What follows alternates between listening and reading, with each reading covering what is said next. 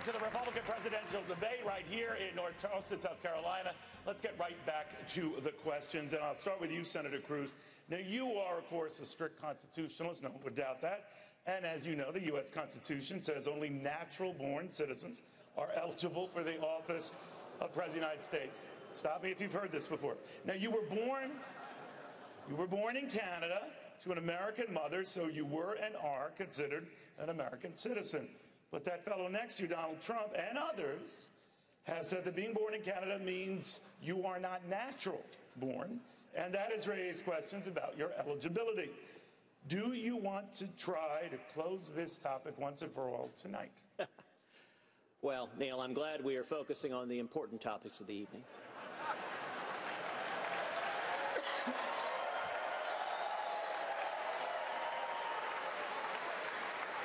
You know, back in September, my friend Donald said that he had had his lawyers look at this from every which way, and there was no issue there. There was nothing to this birther issue. Now, since September, the Constitution hasn't changed. But the poll numbers have. And I recognize that Donald is dismayed that his poll numbers are falling in Iowa. But the facts and the law here are really quite clear. Under long-standing U.S. law, the child of a U.S. citizen born abroad is a natural-born citizen. If a soldier has a child abroad, that child is a natural-born citizen. That's why John McCain, even though he was born in Panama, was eligible to run for president. If an American missionary has a child abroad, that child is a natural-born citizen. That's why George Romney, Mitt's dad, was eligible to run for president even though he was born in Mexico. At the end of the day, the legal issue is quite straightforward, but I would note that the birther theories that Donald has been relying on, some of the more extreme ones insist that you must not only be born on U.S. soil, but have two parents born on U.S. soil. Under that theory, not only would I be disqualified, Marco Rubio would be disqualified, Bobby Jindal would be disqualified, and interestingly enough, Donald J. Trump would be disqualified.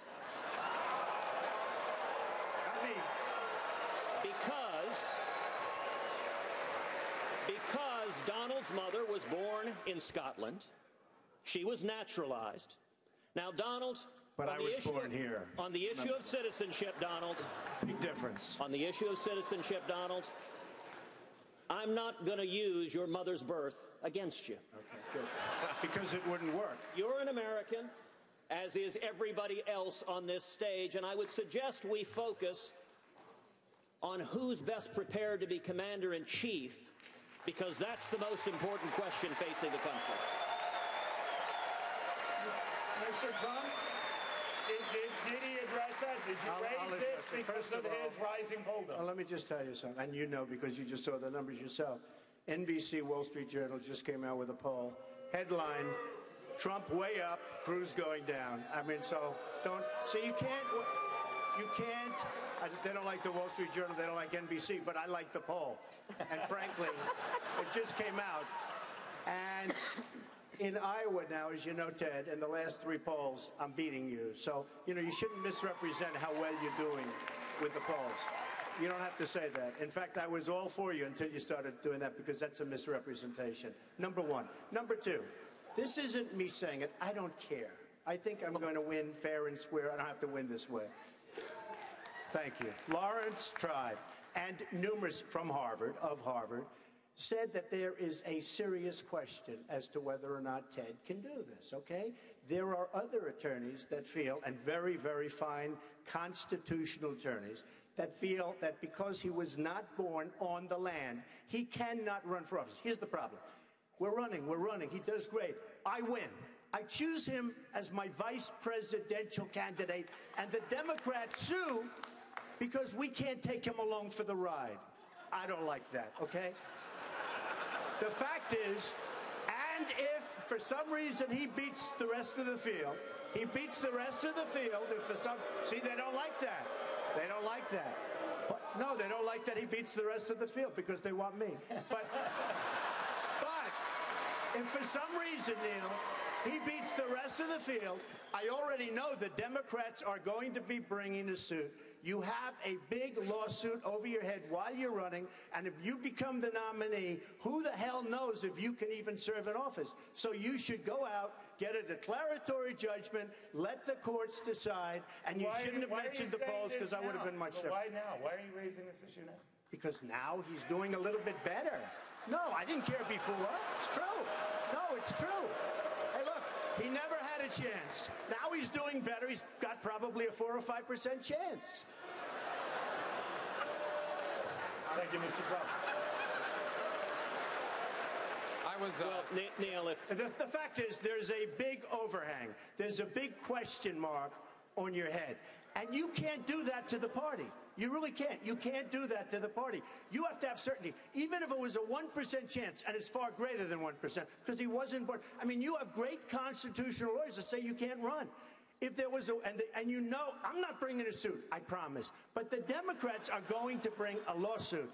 And you have to have certainty. You can't have a question. I can agree with you or not, but you can't have a question over your head. Senator, you want to respond? Well, listen, I've spent my entire life defending the Constitution before the U.S. Supreme Court, and I'll tell you, I'm not going to be taking legal advice from Donald Trump. You don't have to. Take it from Lawrence Trump. You don't have to. What I'll tell you also... Take it from your professor. What I will Take tell it from you your also, own professor. I can tell you one thing. The chances of any litigation proceeding and succeeding on this are zero. Now, Mr. Trump is very focused on Larry Tribe. Let me tell you who Larry Tribe is. He's a left-wing judicial activist Harvard Law professor who was Al Gore's lawyer in Bush versus Gore. He's a major Hillary Clinton supporter, and there's a reason why Hillary's supporters are echoing Donald's attacks on me. He is not Hillary the only one. Wants he to is face not Donald the only Trump one. in the general election. There are many lawyers. And I'll tell you what, Donald, you very kindly just a moment ago offered me the VP slot. I'll tell you what. If this all works out, I'm happy to consider naming you as VP. And so if you happen to be right, you could get the top job at the end of the day. No, I think if it doesn't... I like that. I like it. I'd consider it. But I think I'll go back to building buildings if it doesn't work out. Actually, I'd love to get you to build I have a feeling it's going to work out, actually.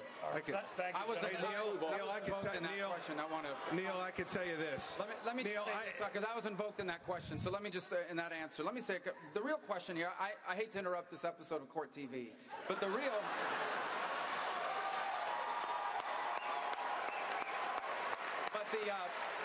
I think we have to get back to what this election has to be about, okay? Listen, this is the greatest country in the history of mankind. But in 2008, we elected a president that didn't want to fix America. He wants to change America. We elected a president that doesn't believe in the Constitution. He undermines it. We elected a president that's weakening America on the global stage. We elected a president that doesn't believe in the free enterprise system. This election has to be about reversing all of that damage. That's why I'm running for office, because when I become president of the United States, on my first day in office, we are going to repeal every single one of his unconstitutional executive orders. When I'm president of the United States, we are getting rid of Obamacare, and we are rebuilding our military. And when I'm president, we're not just going to have a president that gives a State of the Union and says, America's the greatest country in the world. When I'm president, we're going to have a president that acts like it. Thank you, Senator.